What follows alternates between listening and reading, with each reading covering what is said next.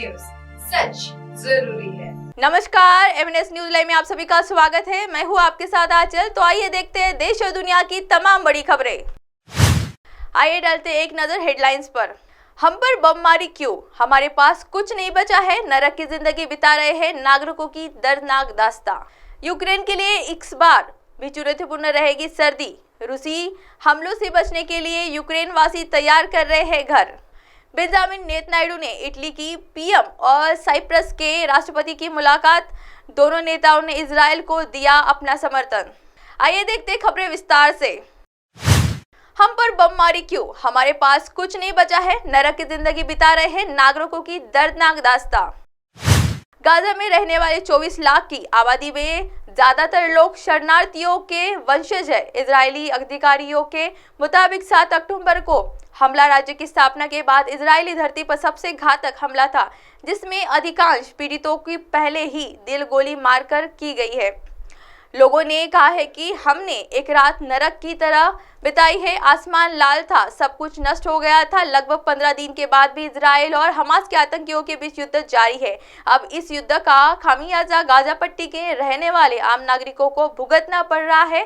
दरअसल वहां पर फंसे लोग अब अपनी पीड़ा का जिक्र कर रहे हैं। मिसाइल अटैक के कई इमारतें ढेर। उमर अशूर, जो 75 साल पहले इजराइल के निर्माण के बाद फलस्तीनियों द्वारा अनुभव की गई नकबा के दौरान शरणार्थी बन गए थे और अब उन्हें डर है कि गाजा पर चल रही बमबारी उन्हें फिर से निर्वासन के लिए मजबूर कर देगी। फलस्तीनी प्राधिकरण सुरक्षा बलों से सेवानिवृत्त हुए जनरल अशूर मध्य गाजा के अल जहरा में रहते हैं, जहां गुरुवार को देर रात इजरायली मिसाइलों ने 20 से अधिक इमारतें की क्षेत्र को नष्ट कर दिया।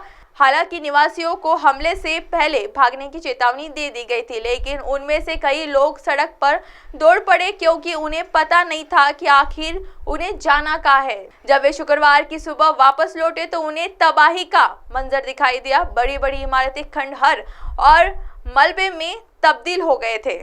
आइए बढ़ते हैं अगली खबर की ओर। यूक्रेन के लिए इस बार भी चुनौतीपूर्ण रहेगी सर्दी। रूसी हमलों में बचने के लिए यूक्रेन वासी तैयार कर रहे हैं घर।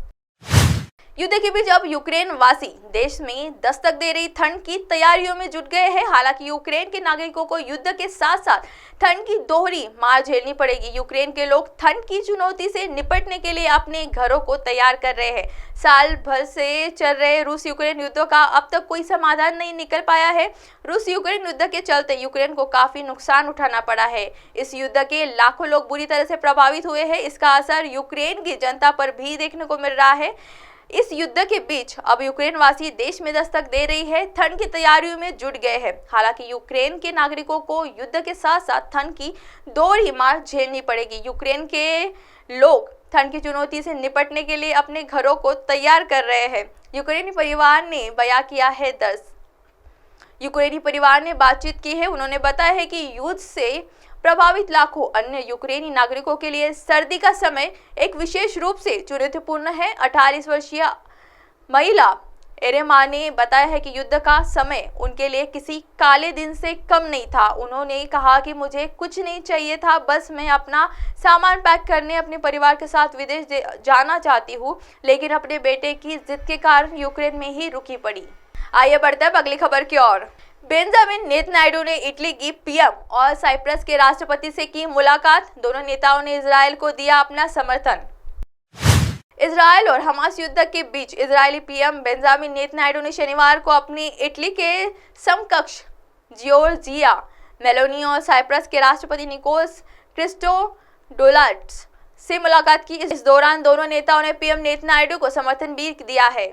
जियोर्जिया मेलोनी ने कहा है कि हम अपने लोगों के लिए खुद का बचाव करने के इजराइल के अधिकारों का बचाव करते हैं। इजराइल और हमास युद्ध के बीच इजरायली पीएम बेंजामिन नेतन्याहू ने शनिवार को अपनी इटली के समकक्ष जियोर्जिया मेलोनी और साइप्रस के राष्ट्रपति निकोस क्रिस्टोडोलाड्स से मुलाकात की। इस दौरान दोनों नेताओं ने पीएम नेतन्याहू को समर्थन भी दिया। वहीं नेतन्याहू ने इटली के पीएम से आह्वान करते हुए कहा है कि हमें इस बर्बरता को हराना है। उन्होंने आगे कहा कि यह लड़ाई सभ्य और राक्षसी बर्बर लोगों के बीच है, जिन्होंने बच्चों तक को नहीं छोड़ा। इजरायल पीएम कार्यालय के जारी किया बयान। इजरायली प्रधानमंत्री कार्यालय ने सोशल मीडिया प्लेटफॉर्म पर एक्स पर कहा है कि ये एक सभ्यता की परीक्षा है और हम इसमें जीतेंगे। पीएम कार्यालय ने कहा कि हम हमास के साथ एकजुट होकर लड़ने के लिए उन सभी देशों से उम्मीद करते हैं जो आईएसआईएस से लड़ने के लिए तैयार है। अब आप हमारे चैनल को आपके मोबाइल पर भी देख सकते हैं। मोबाइल ऐप पर देखने के लिए प्ले स्टोर से MNS news TV app download करें। इंस्टा, लिंक, ट्विटर, हाईकुक, फेसबुक और कई सोशल मीडिया प्लेटफॉर्म पर हमारा चैनल उपलब्ध है।